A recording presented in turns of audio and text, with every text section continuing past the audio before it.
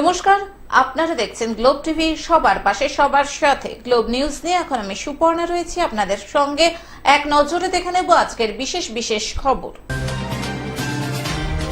তৃণমূল কংগ্রেস প্রার্থীর অভিনব ভোট প্রচার। দেশ বাঁচাও গণমঞ্চের তরফে সভার আয়োজন। বড়সড় ভাঙন কংগ্রেস এবং আইএসএফ এ। মনোনয়নপত্র জমা দিলেন সুকান্ত মজুমদার। চীনাকুড়ি কয়লা খনিতে দুর্ঘটনা।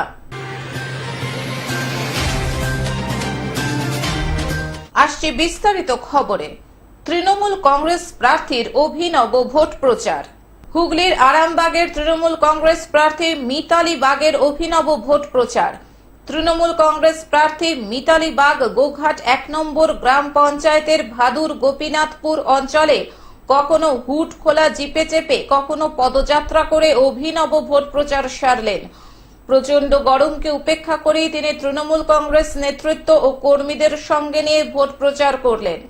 ভাদুর গোপীনাথপুরে প্রচার চলাকালীন তৃণমূল কর্মী কাজল রায়ের বাড়িতে গুগলির তরকারিও খেলেন। এইভাবেই দিনভর তিনি আরামবাগের প্রত্যন্ত এলাকায় ঘুরে ঘুরে প্রচার সারলেন। জয়ের ব্যাপারে তিনি আশাবাদী, এমনটাই জানালেন সাংবাদিকদের। আমি আরামবাগ লোকসভা কেন্দ্রের সর্বভারতীয় তৃণমূল কংগ্রেসের প্রার্থী মিতালি বাগ।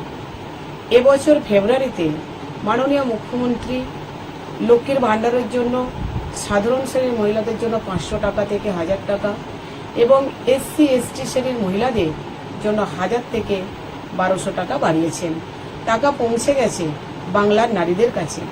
একদিকে বাংলা বিজেপি বিরোধী জমিদার ওনাদের টাকা আটকাচ্ছে, জনগণের টাকা আটকাচ্ছেন। অন্যদিকে দিদি আমাদের মহিলাদের এবং তাদের পরিবারকে টাকা দিচ্ছেন। দিদিকে অসংখ্য ধন্যবাদ, যিনি আমাদের সাথে দাঁড়িয়েছেন। এখন এই বর্ধিত লক্ষ্মীর ভাণ্ডার আমাদের রাজ্যের মহিলাদেরকে মোদীর কেন্দ্রীয় সরকারের দ্বারা সৃষ্ট আকাশ ছোঁয়া মুদ্রাস্ফীতি মোকাবিলা করতে সহায়তা করবে। এটাই দিদির গ্যারান্টি আর মোদী গ্যারান্টির মধ্যে পার্থক্য। হুগলি থেকে কৌশিক ঘোষের রিপোর্ট, গ্লোব নিউজ। দেশ বাঁচাও গণমঞ্চের তরফে সভার আয়োজন। বিজেপিকে পরাস্ত করতে দেশ বাঁচাও গণমঞ্চের ডাক বিদ্বজ্জনেদের। দেশ বাঁচাও গণমঞ্চের তরফে বালুরঘাট শহরের সুরেশ রঞ্জন পার্ক সংলগ্ন এলাকায় একটি সভার আয়োজন করা হলো। এটি একটি অরাজনৈতিক মঞ্চ, যেখানে অভিনেতা, সঙ্গীত শিল্পী, রাজনৈতিক দলের সদস্যরা অংশগ্রহণ করেছেন। সকলের একটাই উদ্দেশ্য, কেন্দ্র থেকে বিজেপিকে হটাতে হবে। তা না হলে পরে গণতন্ত্র ও দেশকে বাঁচানো সম্ভব নয়। আজ বৃহস্পতিবার দুপুরে বালুরঘাট সুরেশ রঞ্জন পার্কের সামনে সেই সভা অনুষ্ঠিত হয়, যেখানে বালুরঘাটের আপামর মানুষ উপস্থিত ছিলেন।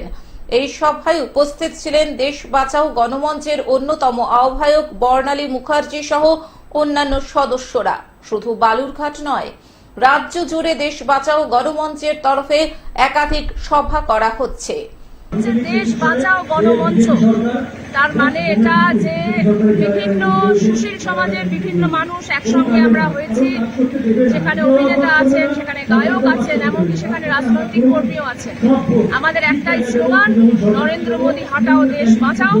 যে যে রাজ্যে যারা শক্তিশালী, যারা ক্ষমতাশালী, তাদেরকেই ভোটটা দাও। যেমন এখানে তৃণমূল কংগ্রেস পশ্চিমবঙ্গে, মহারাষ্ট্র হলে সেখানে শিবসেনাদের যে জোট, বিহার হলে সেখানে লালু প্রসাদের জোট। যেখানে যারা শক্তিশালী তাদেরকে জেতাও এবং নরেন্দ্র মোদীকে পরাজিত করো। বালুরঘাট থেকে রিপন ভৌমিকের রিপোর্ট, গ্লোব নিউজ। বড়সড় ভাঙন কংগ্রেস এবং আইএসএফ এ। লোকসভা নির্বাচনের আগে আবারও বড়সড় ভাঙন কংগ্রেস এবং আইএসএফ এ। মালদার সুজাপুর বিধানসভা কেন্দ্রের যদুপুর অঞ্চলের 4 জন কংগ্রেস এবং 1 জন আইএসএফ ছেড়ে যোগদান করল তৃণমূল কংগ্রেসে। প্রথমে আপনাদের ধন্যবাদ জানাবো। আজকে আমার বক্তব্য আপনারা তুলবেন। আমি দীর্ঘদিন তৃণমূলে ছিলাম, আর ভুল বোঝাবুঝি করে তৃণমূলের ঘরটা ভেঙে কংগ্রেসের ঘর তৈরি করেছিলাম। কংগ্রেসের থেকে আইএসএফকে নিয়ে আমরা প্রধানও গঠন করেছি, কিন্তু কাজ করতে গিয়ে এত ঝামেলা, কাজ করতে দেবে না, কোনো মতে যদুপুরের উন্নয়ন হচ্ছে না, এ সমস্ত কথা মাথায় রেখে এবং মমতা ব্যানার্জির সাথে যেভাবে আমরা কাজ করব, যেভাবে উনি উন্নয়ন করছেন, আমি এই জন্যেও চলে গেলাম যে মমতা ব্যানার্জির দল হয়ে আমি স্বস্ফূর্তভাবে নওদা যদুপুর অঞ্চলের মানুষের জন্য কাজ করব। আর আমার মেয়ে উপপ্রধান রোজি খাতুন, সেও এসছে, আর দুজন আর মেম্বার আমাদের সঙ্গে এসছে। আমরা এখান থেকে আমরা মেজরিটি হয়ে যদুপুর অঞ্চলের জন্য, যদুপুর অঞ্চলের মানুষের উন্নয়নের স্বার্থে মমতা ব্যানার্জির দলে আজকে সামিল হলাম। আর আপনাদের একটা কথা বলতে পারি, আমি নওদা যদুপুর অঞ্চল কংগ্রেসের সভাপতি ছিলাম, আজকে এই পদ আমি প্রত্যাখ্যান করলাম। যোগদানকারীদের হাতে দলীয় পতাকা তুলে দেন মালদা জেলা তৃণমূল কংগ্রেসের সভাপতি আব্দুর রহিম বক্সি। এছাড়াও উপস্থিত ছিলেন মালদা জেলা পরিষদের সভাধিপতি লিপিকা বর্মন ঘোষ, দক্ষিণ মালদা কেন্দ্রের তৃণমূল কংগ্রেস প্রার্থী শাহনাজ আলী রায়হান সহ একাধিক তৃণমূল নেতৃত্ব। এদিন যদুপুর অঞ্চলের কংগ্রেস সভাপতি তথা গ্রাম পঞ্চায়েতের সদস্য আব্দুল রাকিব, কংগ্রেসের উপপ্রধান রোজি খাতুন, প্রাক্তন গ্রাম পঞ্চায়েত সদস্য হাজিলা খাতুন এবং আইএসএফ এর পঞ্চায়েত সদস্য সাদিকুল ইসলাম সহ 100 জন তৃণমূল কংগ্রেসে যোগদান করলেন। 4 জন, একজন আইএসএফ, 3 জন কংগ্রেস থেকে, প্লাস এই নওদা যদুপুরের কংগ্রেসের সভাপতি, অঞ্চল সভাপতি, সেও আমাদের নেত্রী মমতা বন্দ্যোপাধ্যায়ের উন্নয়ন দেখে এবং আমাদের সেনাপতি অভিষেক বন্দ্যোপাধ্যায়ের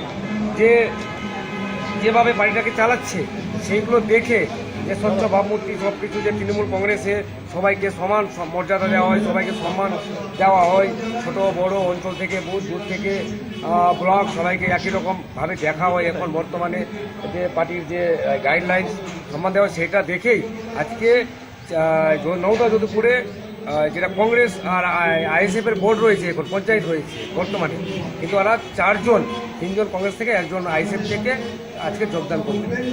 যোগদানকারীরা জানান তারা দলে থেকে যোগ্য সম্মান পাচ্ছেন না এবং মানুষের জন্য কাজও করতে পারছেন না, তাই তারা তৃণমূল কংগ্রেসে যোগদান করলেন। মালদা জেলা তৃণমূল কংগ্রেসের সভাপতি আব্দুর রহিম বক্সি জানান, মুখ্যমন্ত্রীর উন্নয়ন দেখে কংগ্রেস এবং আইএসএফ ছেড়ে তারা তৃণমূল কংগ্রেসে যোগদান করলেন।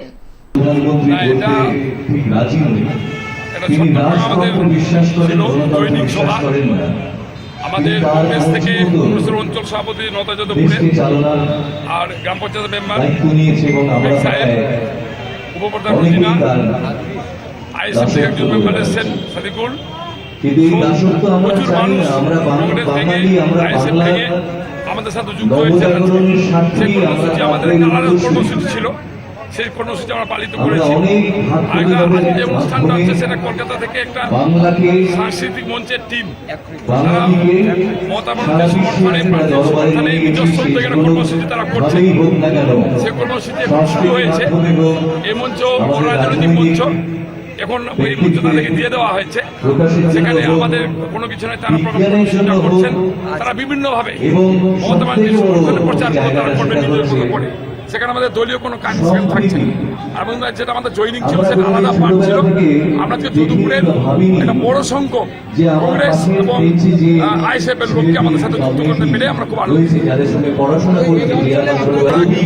ব্যাপক সংখ্যক ভোটের ব্যবধানে আমরা জিতবো। কংগ্রেসের অঞ্চল সভাপতি, উপপ্রধান, আইএসএফ এর মেম্বাররা সকলে আমাদের সাথে যুক্ত হয়ে গেছেন। মালদা থেকে অভিষেক দাসের রিপোর্ট, গ্লোব নিউজ। মনোনয়নপত্র জমা দিলেন সুকান্ত মজুমদার। ঢাকঢোল বাজিয়ে বর্ণাঢ্য শোভাযাত্রার মধ্য দিয়ে বুধবার দুপুরে বালুরঘাট শহরে এক সুবিশাল মিছিল সারা বালুরঘাট শহর পরিক্রমা করে কালেক্টরি অফিসে উপস্থিত হয় এবং সেখানেই মনোনয়নপত্র জমা দিলেন রাজ্য বিজেপির সভাপতি তথা বালুরঘাট 6 নম্বর লোকসভা কেন্দ্রের বিজেপি প্রার্থী ডক্টর সুকান্ত মজুমদার। এদিন তার সাথে উপস্থিত ছিলেন ত্রিপুরার মুখ্যমন্ত্রী মানিক সাহা।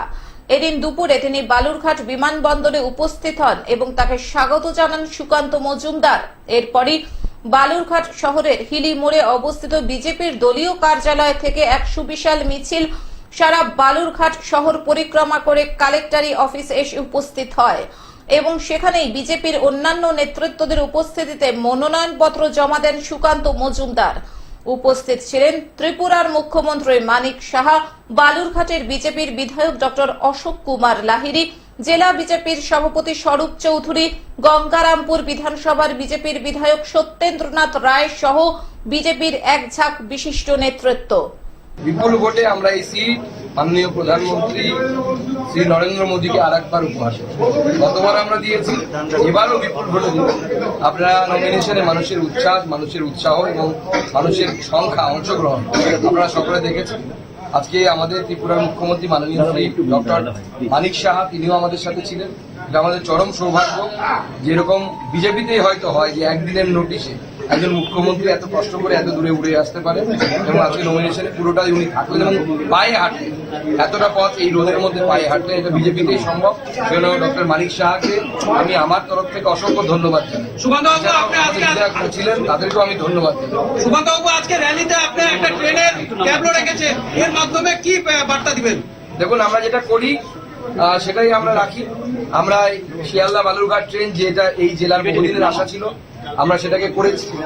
দিল্লির ট্রেন মানুষের বহুদিনের আশা আকাঙ্ক্ষা ছিল, সেটাও অ্যানাউন্স হয়ে গেছে, চালু হওয়া শুধু সময়ের অপেক্ষা। সেই ট্যাবলেট দিয়ে আমরা মানুষকে সেটা প্রচারের কাজে ব্যবহার করেছি। দক্ষিণ দিনাজপুর থেকে জয়দীপ মৈত্রের রিপোর্ট, গ্লোব নিউজ। চীনাকুড়ি কয়লা খনিতে দুর্ঘটনা। সম্প্রতি আসানসোলে ইসিএল এর সোদপুর এরিয়ার চীনাকুড়ি কয়লা খনিতে এক দুর্ঘটনা ঘটে। চীনাকুড়ির 1 নম্বর মাইনের 2 নম্বর কয়লা খনির 1 নম্বর পিটে দুর্ঘটনাটি ঘটে। ওই খনিতে ডুলির যন্ত্রাংশ মেরামতির কাজ চলছিল ঠিকা সংস্থার তত্ত্বাবধানে। ঠিক সেই সময় খনির ওপরে ডুলির ওঠানামায় গার্ডার ছিঁড়ে দুর্ঘটনা ঘটে। এই ঘটনায় একজন অস্থায়ী ঠিকা শ্রমিক খনির ভিতরে পড়ে যায়, আরেকজন ডুলির মধ্যে পড়ে যায়। একজনকে তাড়াতাড়ি উদ্ধার করে হাসপাতালে চিকিৎসার জন্য পাঠানো হয়। পাশাপাশি খনির ভিতরে পড়ে যাওয়া অপর ঠিকা শ্রমিককে উদ্ধার করা হয়, যদিও দুজনেরই মৃত্যু হয়েছে বলে জানা গিয়েছে। পরিবারের অবস্থা শোচনীয়। দেখুন, তাদের বাবা মা আত্মীয় পরিজন এখানে বসে আছে এবং তাদের ছেলে নেই, মাথার উপর তাদের খাবার জোগাড় নেই।